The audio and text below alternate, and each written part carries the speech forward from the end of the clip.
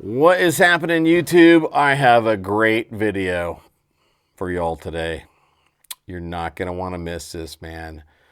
Mad teachable moments are going to get dropped in this video. So even if you think you know everything and you've invested $100,000 on your preps already, you're still going to want to check this one out. All right. Let's get right after it, pimps. I'm going to shoot for like 15, 20 minutes-ish time frame. We'll see how that goes. I have a tendency to be long-winded, and that's why I've been struggling with content lately. I think I can cover something in 20 minutes, and next thing I know, it's 50 minutes later, and I only scratched the surface. So I'm going to attempt to blow through this one for y'all. Because guess what? Time is getting short, pimps. We can all see the catastrophe coming. It's like watching a train wreck and realizing you're on the train. You're just 20 cars away from the impact zone, but you're going to get there soon, you know? Oof, scary, scary shit. I'm going to do a video also pretty soon about the purge that's coming. You're going to want to check that out. To get down to business though, dudes, I had a patron make a great suggestion. Gasper, thanks for the idea, man. We have a patron-only Signal group chat, and I think that's where he dropped this idea probably like 6 weeks ago. But he said, hey, you could do a video where you have like these different spending tiers. So for people just getting into survival and prepping all the way up to people that have been doing it for a while and they got more money. Like, where would you spend your money? And I thought it was a great idea. I just was busy with other things at the time. But I'm going to do it today. And we're going to start down here at tier 1, $100 spent. Tier 2 would be like $1,000 to spend. Tier 3, $10,000. Tier 4, $100,000. And we'll get into those later. But I'm going to tell you something. If you're going to watch only one of these videos, this is the most important one to watch. Because this is for people that are just getting into survivalism. And when we get into something like this, when we get into anything new, it is really going to help us out to have somebody with some wisdom on the subject to guide us. Y'all know this, right? If you get into something you don't know anything about and there's nobody there to help you, man, it's harder. Like the learning curve is not as steep. But if you have someone that's done it, it's really steep. For those of you new to the channel, I have lived an interesting life. Go check out my credentials. But I've been a survivalist for a really long time, and I have lived a lot of years that have mimicked shit hit the fan, and I've done it the hard way. I've starved and all that. And these experiences have changed my perspective a lot compared to being a veteran and a survivalist, which I've been before having like these homesteading experiences of providing for myself and starving and all those kinds of shit. All right. And I'm going to tell you that shit hit the fan is going to be really hard. It's not going to be what you think it's going to be. A lot of people miss some very basic facts about it. And if you miss those, it can really, really hurt you. So I'm going to talk about those. And then we're going to get into where I would spend $100 if I was a homeless dude on the street and all I had was a cardboard box and someone walked up and was like, here's $100. Where would I spend it to make my life better? That's basically how we're going to approach this conversation. And it's always a conversation on the channel, guys. Comments down below. I'd like to know where all of you would spend your first $100. So first off, there's a lot of survivalists out there that are going to tell you, go buy yourself a Gerber strong arm for $60, or go get a cold steel SRK for $60. You need a hard use one tool option. No, I'm not going to tell you that. A lot of people that don't have any kind of guidance at all are going to run over to Amazon and they're going to search survival kit. And you're going to have those things pop up, 101 survival items, including 2 headlamps and no-name batteries and a multi-tool that's half the size of a real one and is made out of shit metal that was totally not heat treated correctly. They fail to notify you that in a lot of these kits, a lot of the items in them are complete junk and garbage, and they're going to fail you. So even though you run off and spend $100 on Amazon and you feel better, is it going to help you make it through shit at the fan? If you get over on Temu and you're like, survival kit, $88.88. Buy now. And then you take your last $11.12 and you go down to the local used bookstore and you see Lofty Wiseman's SAS Survival Handbook, and you're like, I'm getting that too. Bam. Now you feel ready, because humans, when we have a need that needs to be fulfilled, we work towards it and we get to a certain point and we're like, we start to feel comfortable. So you got your Temu survival kits, you got your Lofty Wiseman SAS handbook. One goes in the garage, one goes on the bookshelf. You're good. Spent your $100, you feel more comfortable. Then you see some more news a couple months down the road and you're like, oh, I need to buy some canned food maybe or whatever. But the reality is, guys, is that just stuff is not going to bail you out. Just throwing money at the problem of shit hit the fan survival is not going to bail you out. You have to have realistic expectations about what you're going to be dealing with. And I'm going to give you great examples in this video. Maybe only about 2 things. Because here's the thing. If you only have $100 to spend, you want to make sure you have the basics covered. And when we get down to like the bottom basics of survival, what are we really talking about? The 5 C's, in my opinion, is a pretty good way to look at this. We're talking cutting tools, combustion, containers, cover, and cordage. These 5 things. And a lot of people are like, cordage? What the fuck is that? I don't even know what cordage is. It's something you use to tie things together. 550 cord, bank line, wire you scavenged out of some truck on the side of the road. It doesn't matter what it's going to be. It's something you can use to tie things together. And why is this important? A lot of people don't even realize that cordage is important when you're out living a hard life somewhere. And that's because we live these sheltered, civilized lives. But that's going to change, dudes. That's going to change. So I want you to think about the 5 C's. And I really should do a video where I get into these in more detail and flesh them all out.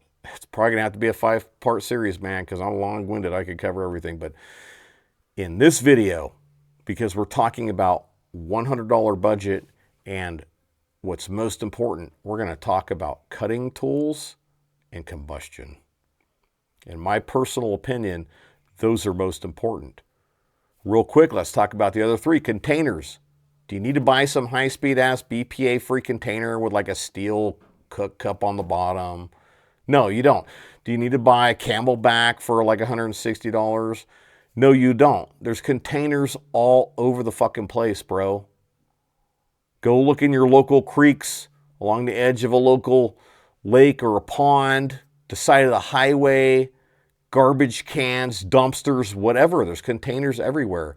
Most people don't even know that they can boil water in plastic containers if you don't let it get too hot too fast. And will the $3.50 1.5 liter water bottle from the gas station last you for a while? You're damn right it will, and they're all over the place. So you don't really need to be focusing on containers. Cover. A lot of people consider cover to only be overhead cover that's going to keep the rain off you, but it's more than that. It's like sleep systems. It's insulated jackets. Rain gear. Do you live in a wet-ass place? And all of this one's important. There's a lot you can do to insulate what you're already wearing and to create cover to a degree out of natural materials. Cordage is much the same. You can create cordage out of natural materials, but it's also something that can be scavenged fairly easily. In the aforementioned example, you could pull wire out of some abandoned vehicles on the side of the road, and they might not be really long pieces. Usually a wiring harness around the engine of some vehicle, you're going to get pieces that are 3+ feet long. But if you're scavenging headlight wires, man, they run straight to the back of the vehicle. You're going to get pieces that are much longer than that. Not that that's the only example, dudes. There's cordage all over the place. Combustion. Let's talk about that. Why is that one of the top 2 most important ones? Well, because a lot of people in a lot of places will die if they can't keep themselves warm enough. You have a body temperature for a reason. And when that drops below a certain point, you die. If it gets above a certain point, you die. There's quite a bit of food out there that needs to be cooked. There's quite a bit of food that does not need to be cooked as well. But if you have combustion, it's going to put you in a better situation to make sure that you don't die from getting too cold and that you have food that you can eat. Cutting tools. Very, very, very important in my personal opinion. The number one thing that you want to have that's going to make your life easy. Now, I know a lot of people don't understand that. They're going, I don't know, I only cut like for maybe 10 minutes a day prepping a meal. And I can see why you would say that. That's what happens with a lot of people, right? A lot of people don't even have to cut a meal up at all. They purchase a meal that's cooked for them. They just grab it and eat it. You know, no knife needed. But if you think about going to the grocery store, let's think about that for a minute. And you should think about this the next time you go to the grocery store. All that shit you're throwing in your cart has been cut. Pretty much everything, right? Like you might pick out some cucumbers maybe that were plucked off of a vine and they didn't get cut. But if you get a head of lettuce, man, it got cut free of the roots. If you get a king salmon fillet because you got dough, you know, that $88.88 Temu survival kit just didn't cost that much, man. So let's just drop $140 on a king salmon fillet. Well, that fish was caught, processed, and filleted. And it was done with what? Knives, sharp things. And you're still going to have to take it home and you're going to have to cut it into steaks so that you can cook it and make dinner. Let's look at macaroni. Pasta. Lots of people out there love pastas. Well, guess what? That shit is processed as fuck, man. I'm just going to say it like it is. It gets turned into flour, it gets ground, it gets cooked, it gets squeezed through some 304 or 316 stainless pipe into some little doohickey that's going to turn it into a noodle that's hollow. And then guess what happens? It gets cut up, dried, put in a package. The shit's cut up, it's processed, guys. So having lived a life that mimics shit hit the fan, I will tell you what, you're going to go from using cutting tools to chop your broccoli. Chopping broccoli! Right? You guys seen Dana Carvey, Saturday Night Live? Chopping broccoli! She chopping. If you know what I'm talking about, comments down below. But you're going to go from 10 minutes of cutting stuff a day to 3 hours of processing animals and other foodstuffs. But mostly it's probably going to be animals. And I can tell you it's going to be so time consuming because as a hunter and someone that raises their own livestock for meat and somebody who has never ever paid anybody or let anyone process my animals for me, I know how long this takes. I do all my own butchering, guys. And even the huge majority of hunters, I'd say over 95% of them, they shoot that deer, boom, they clean it, take it to the butcher. The butcher processes it for them because it's easier for them to drop a little bit of ducats on it than spend the time because this shit takes a lot of time. And it's shit hit the fan, that's what you're going to be doing, man. You're going to be thinly slicing the roasts you got off that neighbor's dog because they abandoned it and they took off and it was causing some serious drama around your neighborhood and you're hungry. Because you're also going to have to prep meat to be air cured, salt cured, whatever it's going to be so it can last. You might have to chunk that dog up because you're going to can it. Whatever it's going to be, you're going to spend a lot of time doing this. And so for all the guys out there that are watching this video and in the beginning, they're like, I got 10 grand in guns. Why do I need to watch a tier 1 video about $100 in spending? The guys that have like some cheap ass piece of shit $20 made in China wannabe beater knife on their chest rig. And they think that's going to get them through shit hit the fan. Reality check time. No, you need real tools that are going to do real work for you. And that's going to lead us right into what cutting tools I would suggest at a cheap price point, pimps. The first one is going to be a fillet knife. I like Rapala. You can hear those animals right now, the ones that I eat. They're coming back for water. Their day out in the pasture is done. I like cheap fillet knives.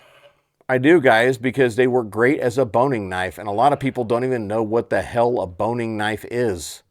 But this dude does, and I'm going to tell you, you want a boning knife if you're going to be cleaning a lot of game, mid-size and larger game.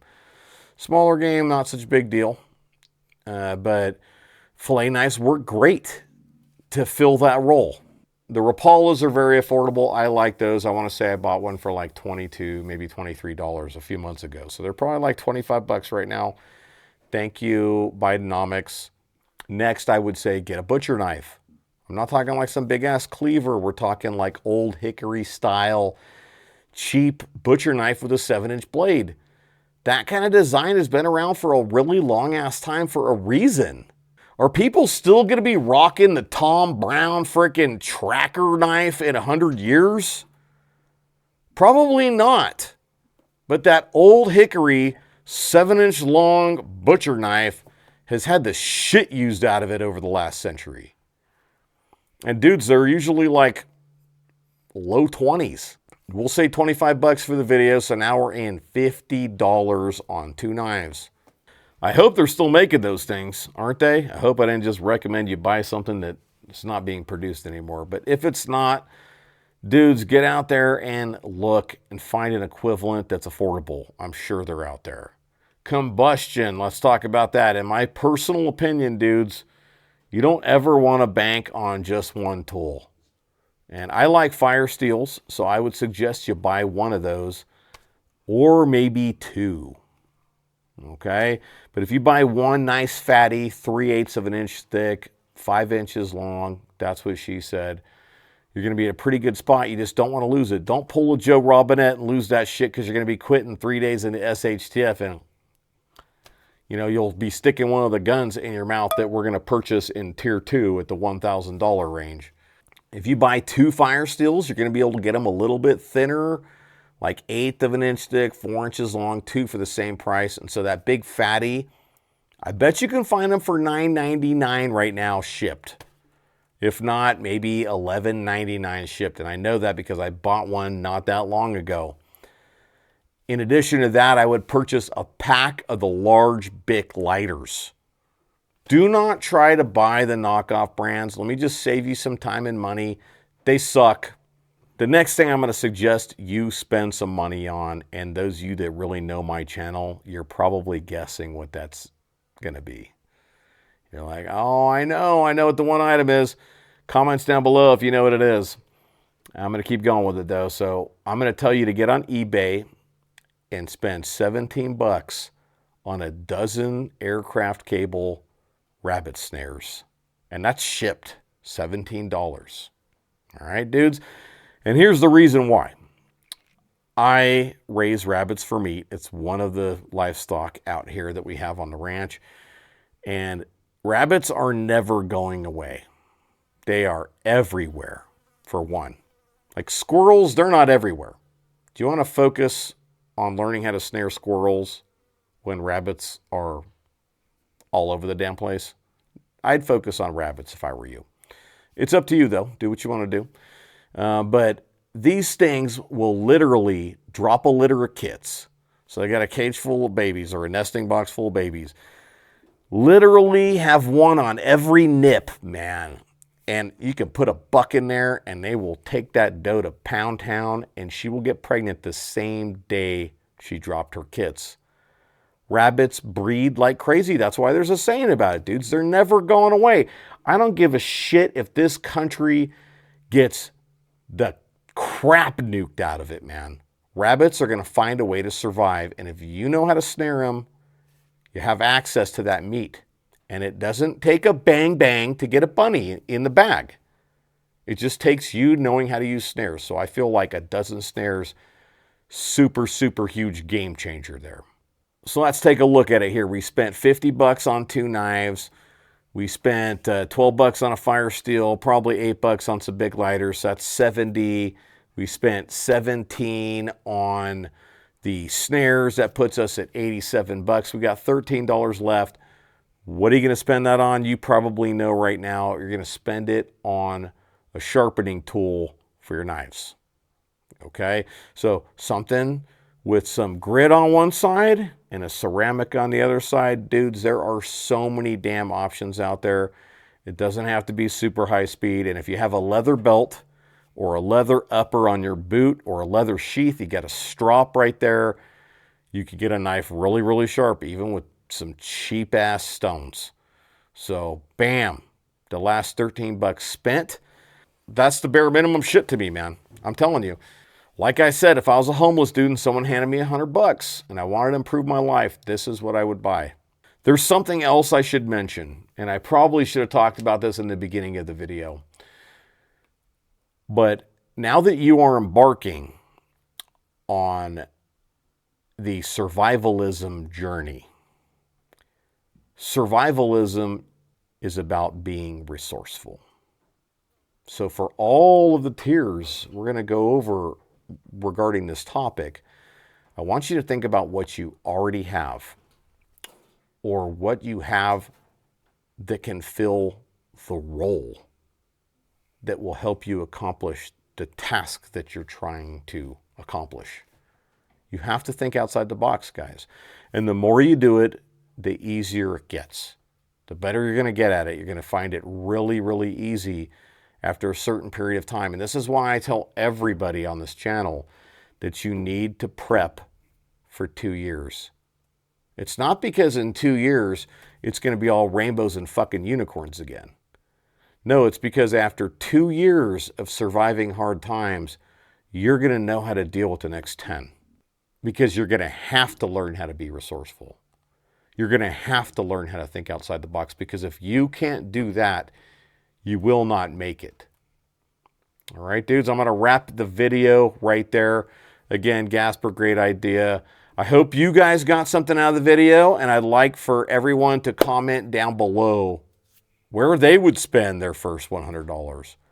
And it doesn't have to be like you're a homeless dude, someone gave you $100, how would you spend it? Although you can play it that way.